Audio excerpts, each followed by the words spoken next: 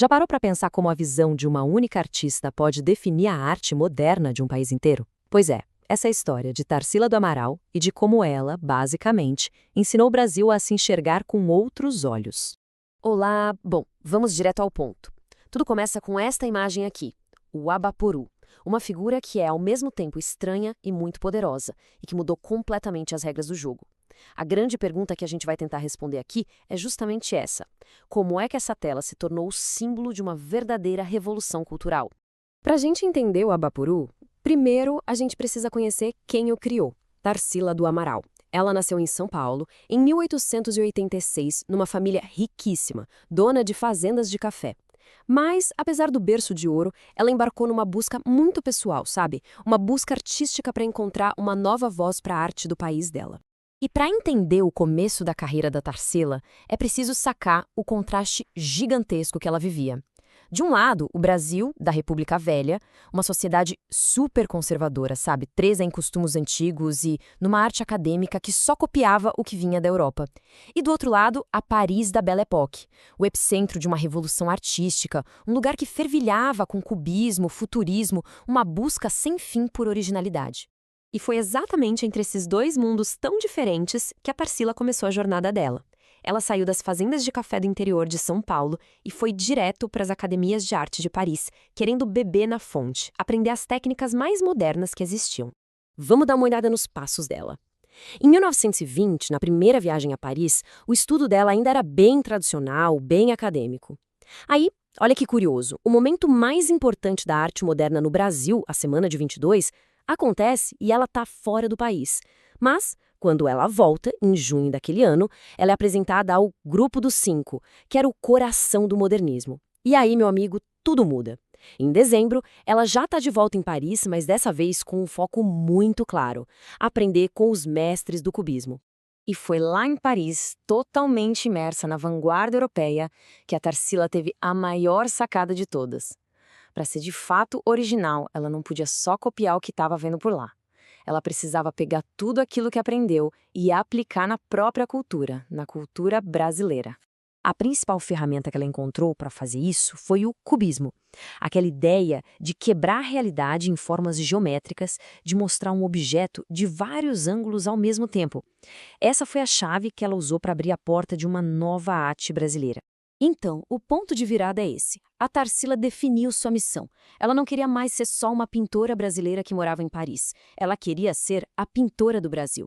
A partir dali, ela decide olhar para dentro, para suas próprias raízes. E o que ela começou a fazer foi brilhante.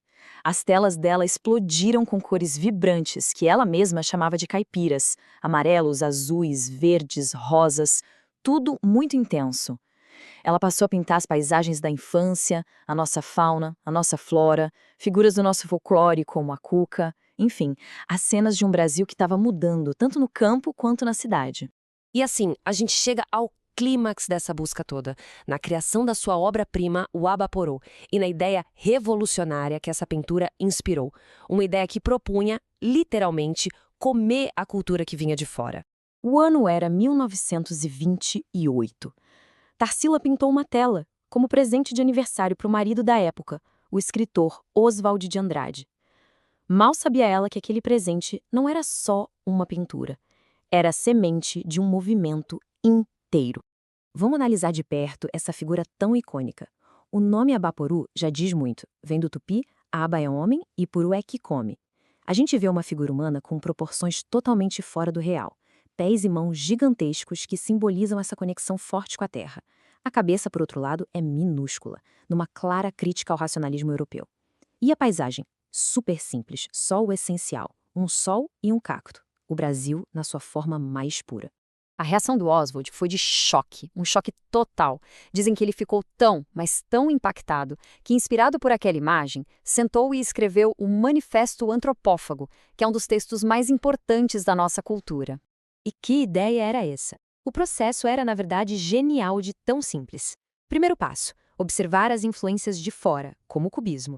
Segundo, devorar, ou seja, absorver completamente essas técnicas. Terceiro, digerir tudo isso, misturando com a nossa cultura, com as nossas raízes. E o quarto e o último passo, criar algo totalmente novo, forte e, o mais importante, autenticamente brasileiro. Mas a história não para aí. A vida da Tarsila seguiu em frente e a arte dela, claro, evoluiu junto.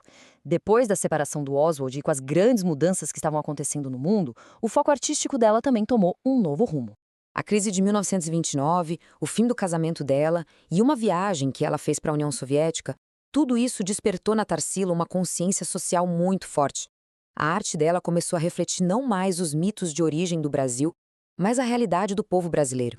E essa mudança fica muito clara aqui. Ela sai de uma fase antropofágica, focada nesse Brasil mítico, folclórico, e mergulha numa fase social. O melhor exemplo disso é a famosa tela Operários, de 1933, que retrata a diversidade e a força da classe trabalhadora do nosso país. Então, qual foi o resultado final dessa jornada toda? O impacto de Tarsila na arte e na cultura do Brasil foi, sem exagero, gigantesco. E é um legado que continua vivo e muito forte até hoje. Ela cumpriu sua missão. Tarsila criou uma linguagem visual para a identidade moderna do Brasil. Uma identidade que não ignora as influências de fora, mas que as absorve, as transforma, sempre com os pés muito bem fincados na nossa própria terra. E tudo isso deixa uma pergunta no ar para a gente pensar. A ideia da Tarsila foi revolucionária para a época dela, mas e hoje? Nesse mundo globalizado, superconectado, em que as influências vêm de todos os lados o tempo todo, o que a nossa cultura está devorando para construir o que somos? É uma reflexão que, com certeza, continua.